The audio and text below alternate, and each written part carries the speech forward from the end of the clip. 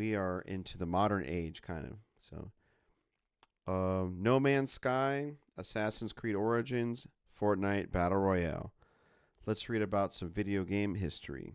Let's go to page 178 and read about No Man's Sky.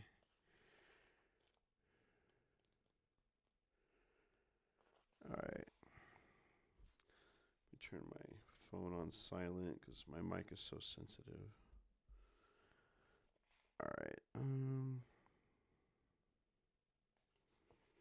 All right. Page 178. No Man's Sky from 2016. Let's read the introduction. Every atom procedural.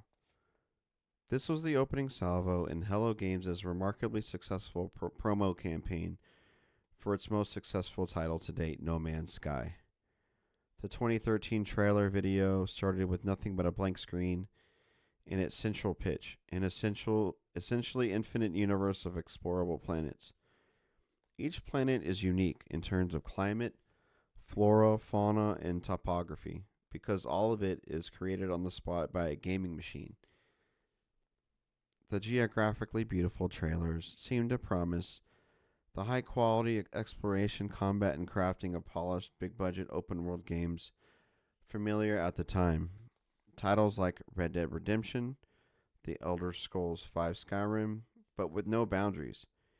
Each promotional image and interview built up the hype surrounding No Man's Sky, which led to widespread disappointment and even anger when the final release did not meet all the expectations. Professional reviews were tepid. Gamer reviews were scathing, pointing to apparently broken promises and missing features. And while sales were massive, reports of game returns were also widespread. 6 years later, it is worth revisiting this game and considering how it has been one of the most important titles of the past decade. After the rocky release, the developers embarked on a long-term process of fixing and enhancing the game. Today's iteration is substantially different to the release version. It has a large, active, and loyal community of players, but why exactly is No Man's Sky so notable? Its gameplay was not unprecedented. Open-world games with exploration, survival, crafting, combat, and more had all been done before 2016. Procedural generation in video games was not new. Even its development arc of pre-release hype, disappointment on release, and eventual rehabilitation was not a first. What makes No Man's Sky worth discussing is both the scope and scale of its core selling point: procedurally generated open-world gaming. Even if the release did not quite live up to the hype, and its role in stabilizing and cementing the games industry model of games as constantly updated platforms. All right. Let's read the next bullet point. It's titled, An Effectively Limitless Galaxy to Explore. No Man's Sky is a science fiction themed open world game that houses a bunch of interrelated mechanics. The core part of the game is exploration. Players can travel between galaxies, star systems, and individual planets. Once on those planets, they can fly through the atmosphere and travel over land and through caves or underwater spaces where they can discover and catalog the flora, fauna, and minerals unique to that location. Other core activities include mining, harvesting, crafting, and base building. There are dozens of different materials that can be processed and used for the creation of livable structures, ground vehicles, technology upgrades, decorations, food, and more. In addition, the game allows players to exchange goods for currency in space stations. Players can also engage in spaceship or ground combat. It is possible to ignore the game's narrative, but its universe has a backstory and alien races whose politics impact play. Completing quests gives a variety of rewards, and it is possible to learn the alien languages of the robotic hive mind Korvax, the commercial-minded lizard-like Gek, and the fierce warrior Viking at space stations, ports, and research stations. Like many sandbox games, outside of the explicitly narrative elements in the opening stages, it does not have a singular goal. In fact, it eschews role-playing game elements like experience points and levels. although the player is likely to effectively level up by continuously improving gear and technology. Players can play solo or multiplayer. The universe of the game is so large that it is quite easy to play for a long time without seeing another player control a character. But many No Man's Sky players work together in the same manner as players do on Minecraft servers. There are communities where players build bases together and even galaxies that feature warring factions of players.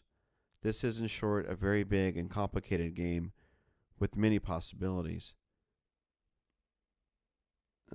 The graphics are highly realistic, and just about every element in the game not produced by a player is designed by an algorithm. Each star system is randomly generated, and the flora, fauna, minerals, and topography of each planet are created as the player discovers them for the first time. The other key element of the game worth mentioning is not part of the game itself, but its development and business model. No Man's Sky uses the traditional games industry model of selling copies of the game. It does not have any in-game purchasing or ongoing subscription fees, yet the game is in continual development in the same manner as titles like Minecraft, Fortnite, and League of Legends. Every few months since the launch, Hello Games has dropped a significant update that adds new features, activities, game modes, graphic upgrades, and more. Early updates added base building and planetary vehicles, for instance, while later ones added multiplayer modes, different spaceship classes, greatly enhanced underwater and cave environments, the capacity to play in virtual reality, a variety of technologies, various quests, and much more. The most recent version of the game is quite different from the original release in both subtle and very noticeable ways. Let's skip that bullet point. Let me see here.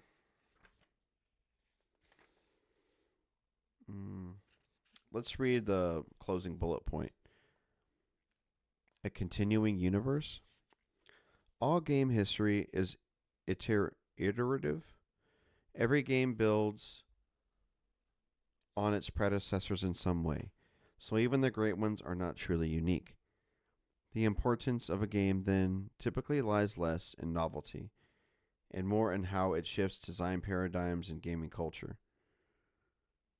On those counts, No Man's Sky is very important. It really has integrated the technology of procedural generation into its design to a far greater degree than its predecessors.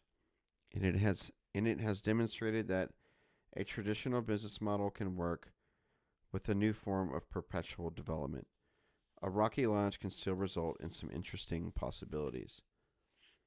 There you go. So I skipped a couple of bullet points there, guys, because, again, I don't want to spoil this whole book for you. It's a select book reading. So that was No Man's Sky. All right. Let's go to page 26 and read about Assassin's Creed Origins from 2017. So page 26. Let's see where we're at. All right. Let's read the introduction.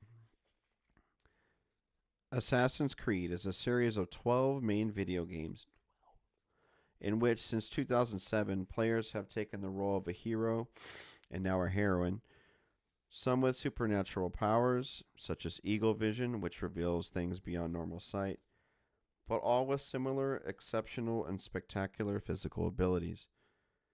They receive quests from historical personae and conduct them through the action of a phantasmagorical device, the Animus.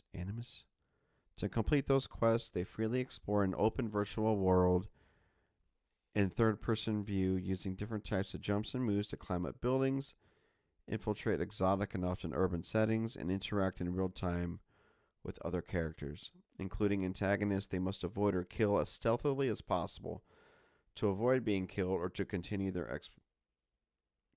exploration. In the most recent games, they engage in group battles with armies, raiders, or naval ships.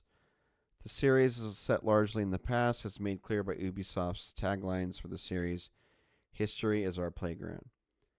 Greece, Egypt, Norway and England, Middle East, northern Italy, the Antilles, the northeastern coast of the current U.S., Paris, and London.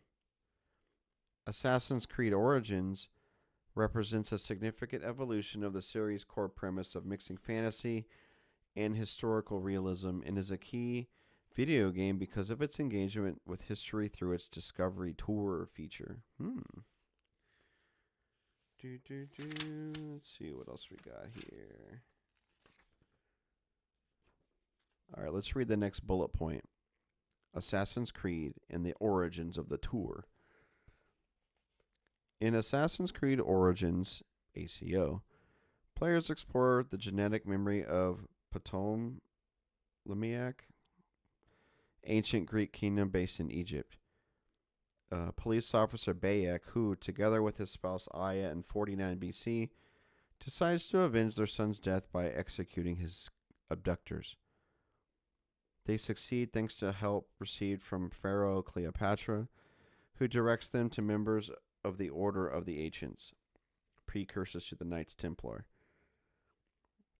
Masked men who removed her from the throne and replaced her with her younger brother, Ptolemy XIII, to control the kingdom. Cleopatra obtains Caesar's help to be restored to the throne, and they make a deal with the Order of the Ancients, betraying Bayek and Aya before returning to Rome. Aya decides to leave Rome and inflicts the first injury on Caesar during his assassination. Before her departure, she and Bayek had laid the foundations for the Brotherhood of the Hidden Ones, future assassins, whose creed is to work in the shadows to protect the people's freedom against tyrants. As can be seen from the narrative of ACO, the series draws on the intertextual library of secular legends and myths to create a fiction that combines the genres of the fantasy adventure and historical documentary. The product marketing in this cross-media universe is based in part on the historical expertise used to make the games more realistic. The profession of the consultants recruited for this purpose lends credibility. Most are trained in and earn their living from history, often as university history professors. Thematic issues of popular history magazines, popular reviews, and recent in-game educational modes pioneered in ACO also cultivate this impression. These educational modes are called Discovery Tours. DTs are downloadable extensions of recent AC games, allowing users to visit the game's universe. They occupy a growing place in classrooms because they are presented in a mode that lets visitors freely roam the game's sites to learn more about their history and daily life or embark on guided tours curated by experts, without worrying about combat or quests. Upon entering the DT Origins, aka DT Ancient Egypt, players choose their avatar. If they choose a guided tour, they have the choice of 5: Egypt, pyramids, Alexandria, daily life, and Romans. They must follow a path marked by a luminescent trail. The tour is a guided interaction, the text of which can also be read. These texts have been written by, among others, archaeologists, historians, and linguists. They are accompanied by photographs of artifacts, monuments, or archaeological sites, and interactive maps that help to understand the physical geography and organization of the territory. Each of these tours has 5 to 20 stations, 85 in total, about architecture, the arts, the natural environment, philosophy, politics, science, and technology, and the daily lives of ordinary people, such as religious beliefs and practices, education, leisure, customs, modes of transportation, and the work of farmers and artisans. For example, there are stations about the Library of Alexandria, the Hippodrome of Alexandria, the Greek pharaohs, the construction of the pyramids, the fauna of ancient Egypt, the Nile, slavery, the flora of ancient Egypt, the embalming of mummies, Egyptian fashion, the making of beer and bread, the seasons in agriculture, domestic animals, Roman military equipment, crucifixions, and Roman aqueducts. If the players choose to take a self-guided tour, They select a location on the map of Egypt to visit and then navigate the open environment on their own. They can walk, swim, ride an animal, including an eagle, ride a boat, and even teleport to a site of entrance on the map and observe the animals, buildings, non player characters, and natural landscapes. They can also take the place of an NPC who is surrounded by a white circle to see what gestures a person made and have the meaning of these gestures explained to them. Very cool. I'm going to read the last bullet point here. A new historical literacy, it's titled. If it weren't for DT Origins, students wouldn't have made these visits on their own, and they wouldn't have sought out what they learned on their own. While not a decisive answer to any issue around the use of HVGs in a classroom context, the DT mode of ACO represents a leap forward in this direction. In fact, educational use of DT Origins specifically shows that it is a game within the HVG genre because it offers a violence-free environment, freedom of choice of sequences, a great historical wealth, and a diversity of possible explorations.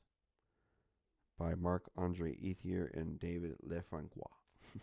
Hopefully I said that right. So, cool, man.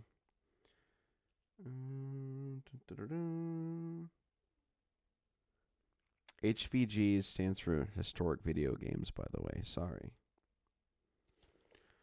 Okay, let's read the last and final game of 50 key video games, guys, and that's Fortnite Battle Royale from 2017, page 116.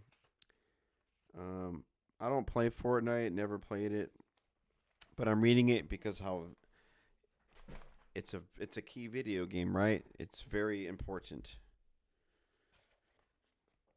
So let's read the opening introduction of Fortnite Battle Royale.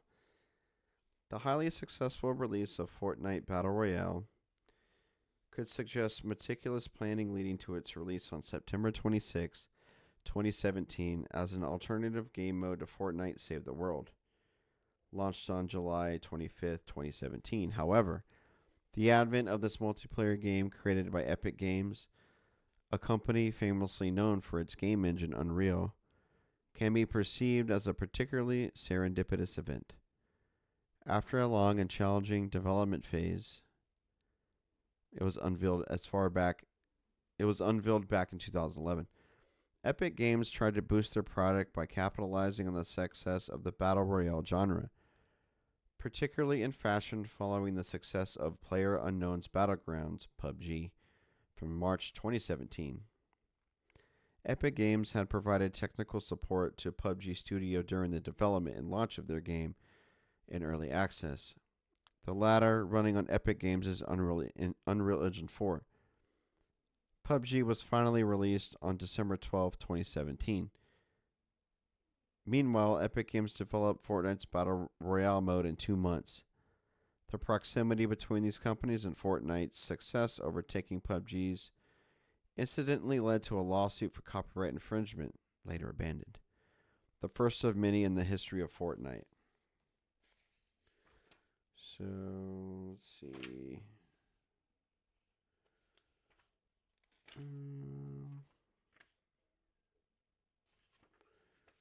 let's see. Let's read the next bullet point. It's titled Fortnite, a User's Manual. In the original game, Fortnite STW, Save the World, players use building mechanics reminiscent of Minecraft to create forts in order to withstand repeated assaults of waves of computer-controlled opponents, based on the tower defense game format. The unexpected merger of this gameplay with the codes and conventions of Battle Royale led to the core structure of Fortnite, which quickly overshadowed its parent title. The name is derived from the Japanese dystopian film Battle Royale, in which a group of students trapped on an island are forced to kill each other in order to be the last survivor of a satirical TV show. Battle Royale games were initially developed within the modding communities of warfare simulations. See the Arma series from Bohemia Interactive, starting in 2006. A game of Fortnite starts with 100 players confined in a flying school bus being parachuted onto a fictional island. Each player or team chooses a landing spot, finds material, and equips themselves to fight their opponents. A storm progressively engulfs the island and tightens the game space to force the players to converge towards the same location. This extrinsic constraint sets a time limit to the game experience, around 15 to 25 minutes, until only a single person or team remains. Fortnite specifically taps into the intensity of the deathmatch multiplayer mode introduced by Doom, while replacing the cramped corridors of first-person shooters with the vast expanses of open-world games. To some extent, Fortnite, in which the character is seen from a third-person point of view, offers an alternative to the tunnel vision that Rune Clevejaer argued was a necessity in FPS games, and that enemies can potentially attack from any direction. This is why there will always be corridors in the FPS, no matter how capable the technology. The tension of having free space in all directions must be carefully regulated. And that was from Clevejaer. It is precisely this permanent threat of being attacked from any direction that the game fosters, all the more so as the player's initial positions can lead to immediate confrontations. In the case of Fortnite, the regulation of this tension is achieved through the agency offered by the building mechanics. By erecting temporary barricades, ramps, or roofs out of various materials collected on the island, players can protect themselves from attack, while creating a secure space to spot opponents and plan their response. Such a high-intensity multiplayer experience is also reinforced by the direct elimination of players when they reach 0 hit points, and are automatically switched to the point of view of their victorious foe, enjoying a brief respite before being sent to the next match, a fate shared by all but one player's teams in every match. Fortnite distinguishes itself from its Battle Royale predecessors by moving away from visual and physical realism in favor of a cartoonish and colorful fictional universe. Despite the presence of pistols and rifles, age ratings suggest that Fortnite is suited in most countries for children aged 12 or 13. The aesthetic choices favored by Epic Games have thus allowed the company to reach a larger audience than previous multiplayer shooters. Okay, I'm just going to read the second to last one here. Bullet point is titled Crossplay, Fortnite on every platform. From a technical standpoint, Fortnite is made with Epic's Unreal Engine. The game originally ran on Unreal Engine 3 and later moved to 4 to display the technical capabilities of the company's latest engine. Fortnite demonstrates the in-game chat feature, text and vocal, available through the engine, running independently of any platform's vocal communication system. Available at launch for Windows, Mac, PlayStation 4, and Xbox One, Epic Games released versions for Nintendo Switch, iOS, and Android in 2018, showing that one given game could be developed, played, and regularly updated on numerous competing platforms. Epic Games' strategy has further involved the promotion of cross-playability between different versions of the game. Besides the technical challenges involved, the studio also had to convince Sony, notably known to be reluctant to allow this feature on the PlayStation 4. In August 2019, Sony accepted crossplay as a result of a financial agreement with Epic Games. The deployment of the game on numerous platforms, as well as the economic weight acquired by Epic Games in the wake of the game's success, has led to structural changes within the duopoly model that Apple and Google maintain in the digital applications market. In August 2020, Epic attempted to circumvent the fees charged by these two companies by changing the way the game's virtual currency, V-Bucks, was purchased on iOS and Android versions. This led Apple and Google to remove the game from their online store. Epic Games immediately lodged complaints against Apple and Google and launched a public campaign rallying companies like Spotify and Match Group within the Coalition for App Fairness. There's one about its business model, but I'm going to skip that. And there's another one there. Well, I'm going to stop there, guys. I have completed 50 key video games. Didn't read every single one. Again, this is a select book reading. Please, Rutledge Key Games. You can see there. And if you Google it, you'll find it, guys. I think I paid about $25 for this guy. So if you're into video game history, guys, want to learn some cool facts about developmental history, how these games impacted the video game landscape, pop culture, etc. Really cool, guys.